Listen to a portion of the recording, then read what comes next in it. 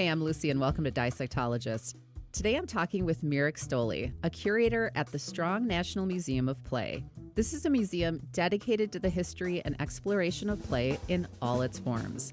But today, we're going to take a look at where jigsaw puzzles started and how they evolved. So, Mirek, thank you so much for joining me today. Yes, thank you for having me. So, what first drew you to studying play and objects like puzzles?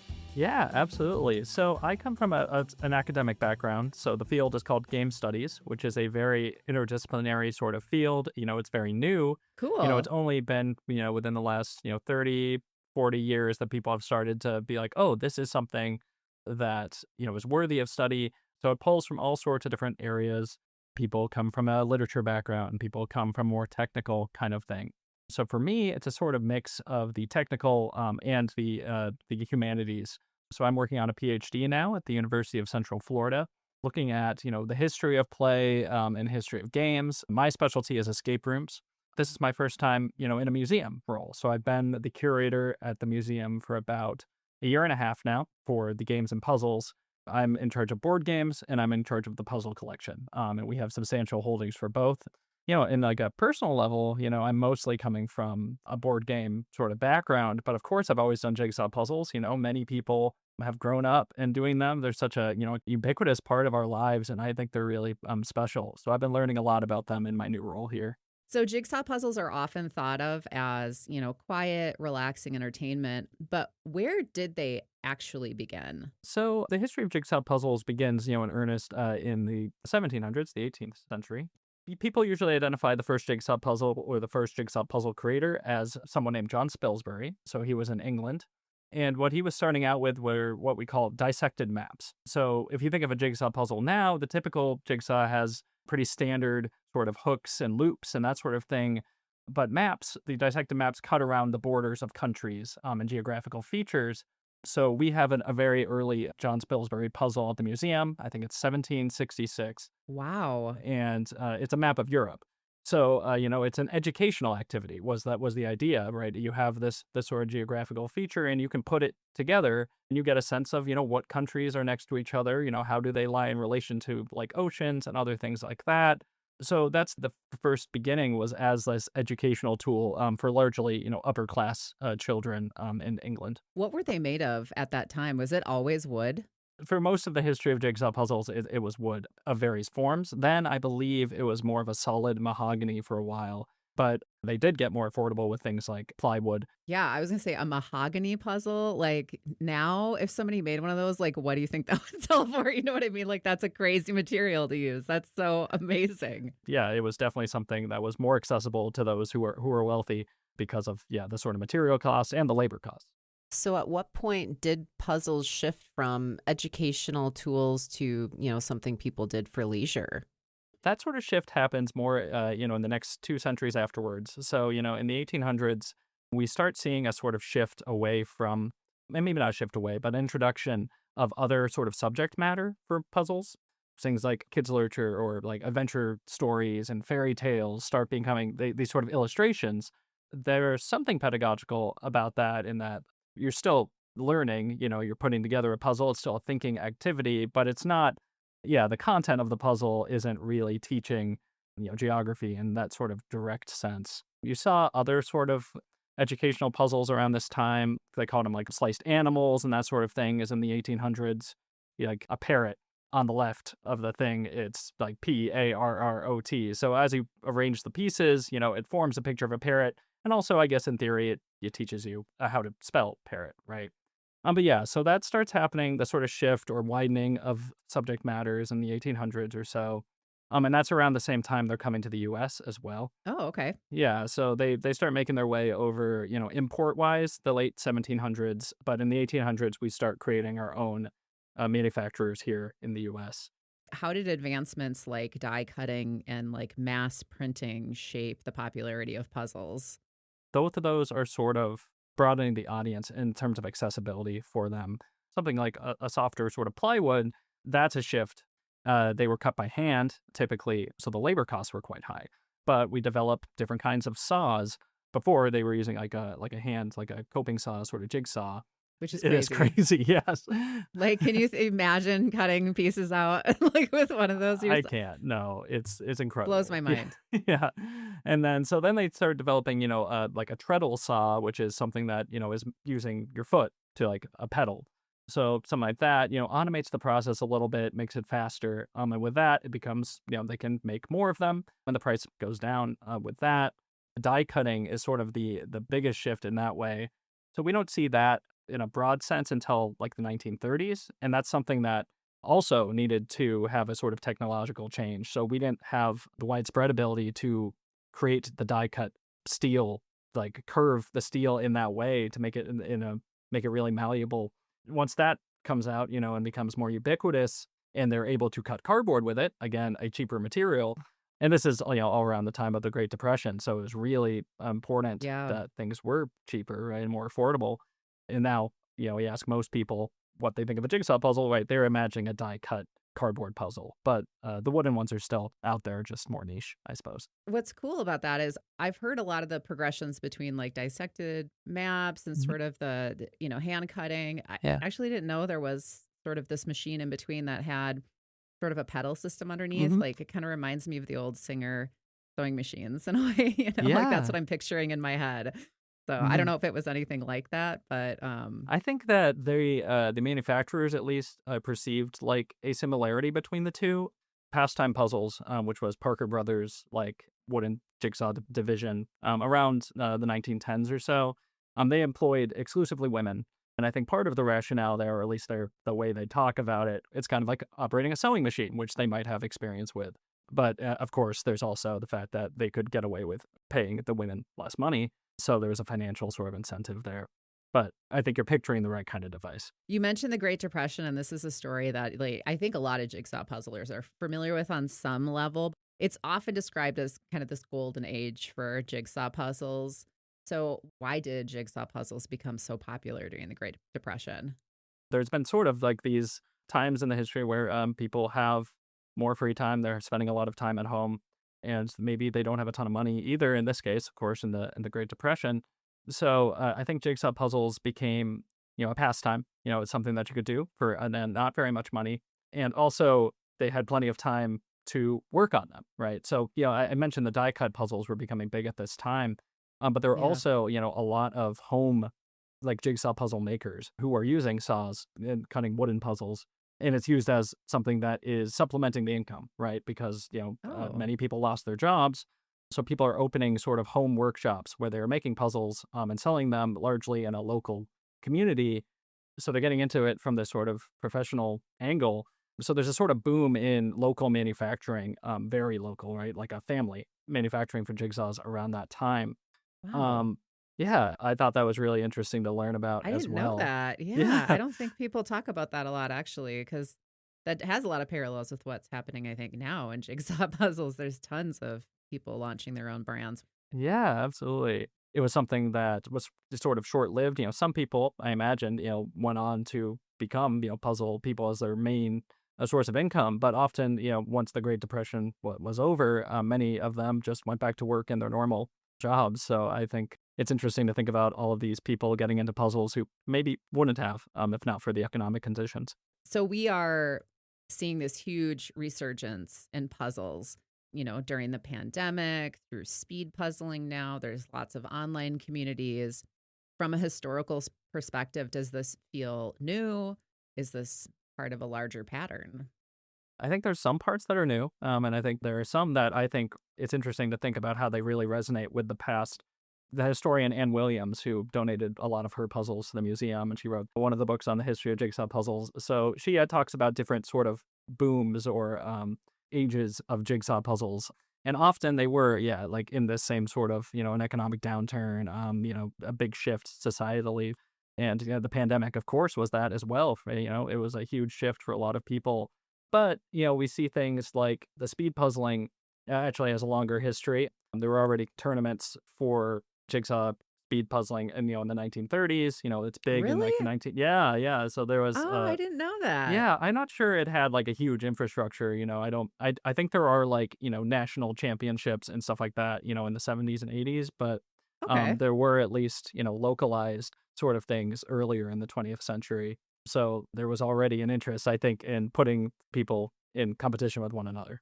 There's been puzzle communities of different forms, but like with most things, the accessibility of the internet and that sort of thing has really exploded, the sort of reach of any given group and their ability to recruit and communicate with one another.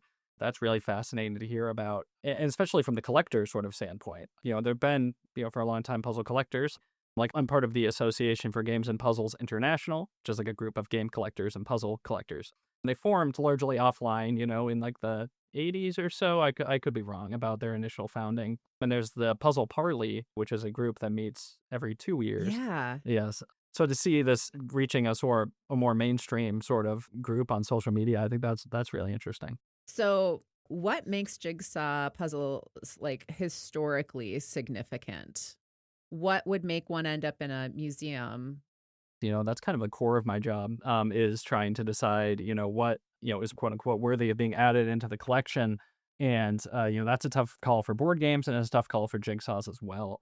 One of our more recent acquisitions was an early puzzle, a map of the Netherlands. I think it was from France. It's hard to date these things, we're not totally sure, but we think it was around, the 1780s, 1790s. When you get back that far, it's going to be pretty rare that you find something that's in good condition, that it still exists. And the more we can sort of document this sort of early period, I think is great. So that's something that definitely catches my eye. But in terms of like other things, we talked about the different types of manufacturing. Members of the puzzle community were urging me to purchase this puzzle for the museum because they're like, we need to see, how it was cut.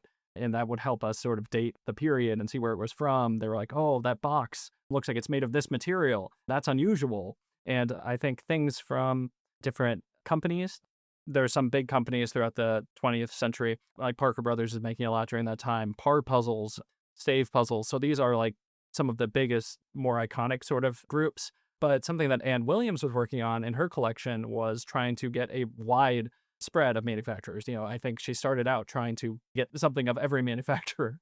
And I think it's easy to point at the most obvious sort of key players in that space and be like, okay, these are the most important. We should be collecting their stuff. But you lose the sense of the variety of people. Getting stuff from unusual puzzle creators, I think, is really great as well. I think if it's an unusual subject matter, that's something I would definitely be interested in. Like the artwork or? Yes. Okay. Yeah, I think so. Yeah, I think there's sort of different times in the industry that they're printing different types of work. Licensing deals are happening more in the 1900s with companies, advertisements and that sort of thing. That has a very different feel from something that is later on in like the 1960s. There's a sort of interest in fine art as a sort of puzzle concept, right? Yeah. Something that I think is really interesting about some of the older wooden ones is the figural pieces or the whimsies, or there's all sorts of different terms for this, but the way that when they cut pieces into specific shapes. So like in World War II, there's a sort of patriotic feel of the art there, they had figurals that were like bombs and like revolvers, which is something that feels so foreign from the peacefulness of a jigsaw puzzle to me. But that's something that Anne talks about in her book that I was like, that is a really interesting intersection between, play and war, which, often has a lot of overlaps. And propaganda, honestly. Like, isn't that kind of what it is? Yeah. Wow, that is so wild. Yeah, exactly. So like at this point, we have probably 10,000 jigsaw puzzles in the collection. So it becomes harder to determine what is offering a new perspective on what we have. That's tough. And that's another area where working with people who have existing expertise are really helpful. So, Anne just sent us, I think, something like 20 new puzzles from different manufacturers that she found. So I'm really grateful to the community who has this sort of knowledge and is willing to help us out. So when you like at the museum are looking at puzzles across decades, what do you think they reveal about the societies that produce them? Well, if you think about the early puzzles, and they're sort of the maps, this is coinciding with the beginning of the kindergarten movement and the understanding of children as like distinct categories of people. So I think that sort of pedagogical angle already is revealing like these are the things that we would like a child to learn, and here's a method of doing that. There's a bit in Anne Williams's book about, I think, George IV having a jigsaw puzzle collection this sort of geographical knowledge being useful to know as a future ruler of the empire. If we think of puzzles in a sort of pedagogical sense, I think that tells us, the sort of priorities of like what is important to teach. And, in the 50s, you're seeing a sort of romanticized past. That's the sort of era of idealizing the nuclear family and stuff. So like the sort of imagery that puzzle creators identify or think the public will be interested in tells something about the sort of broader culture there.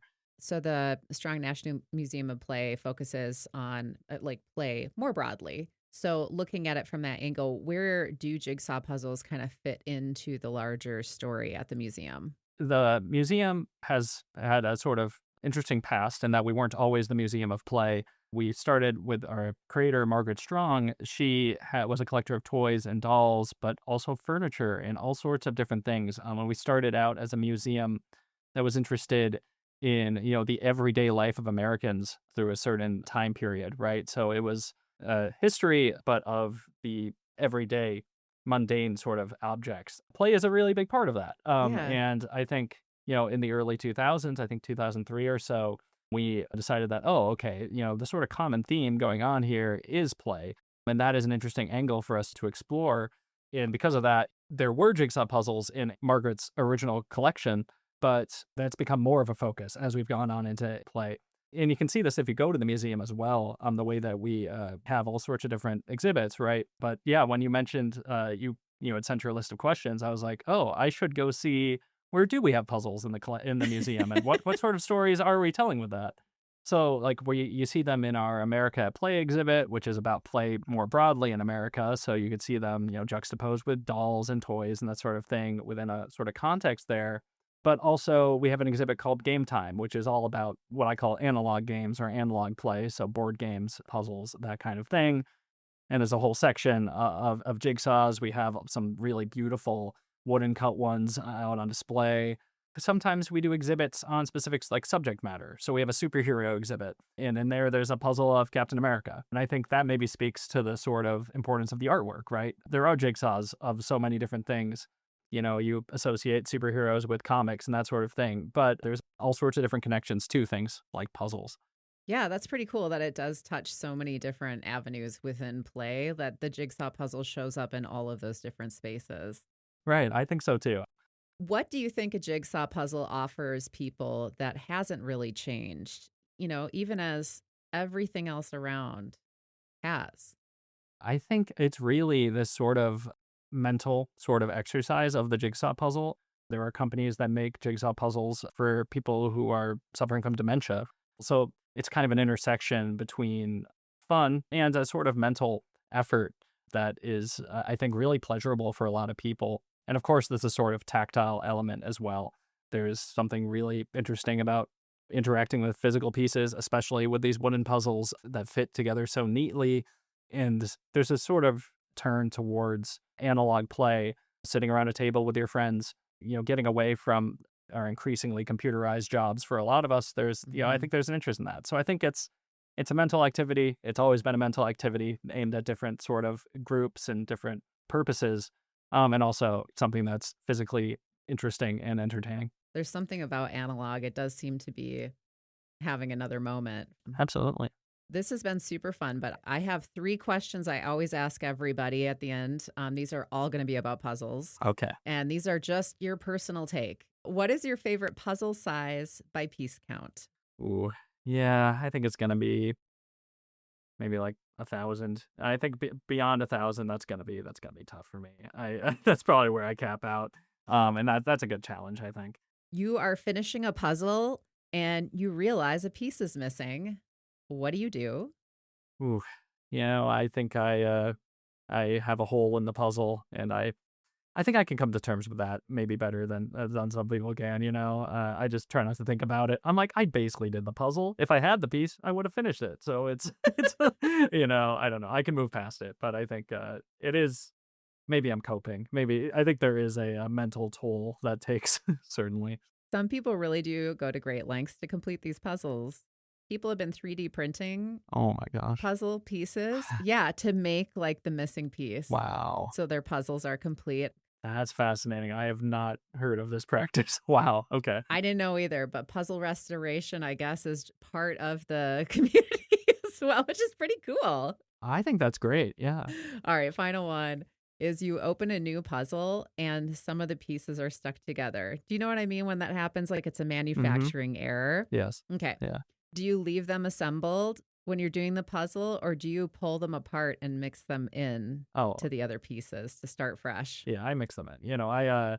I even, sometimes people will do a puzzle and then when they put it away, there will still be some residual pieces. I try not to look, I'm kind of like unfocusing my eyes and bringing them. I'm like, I don't want any hints on that. I want to make sure everything is starting fresh. Yeah.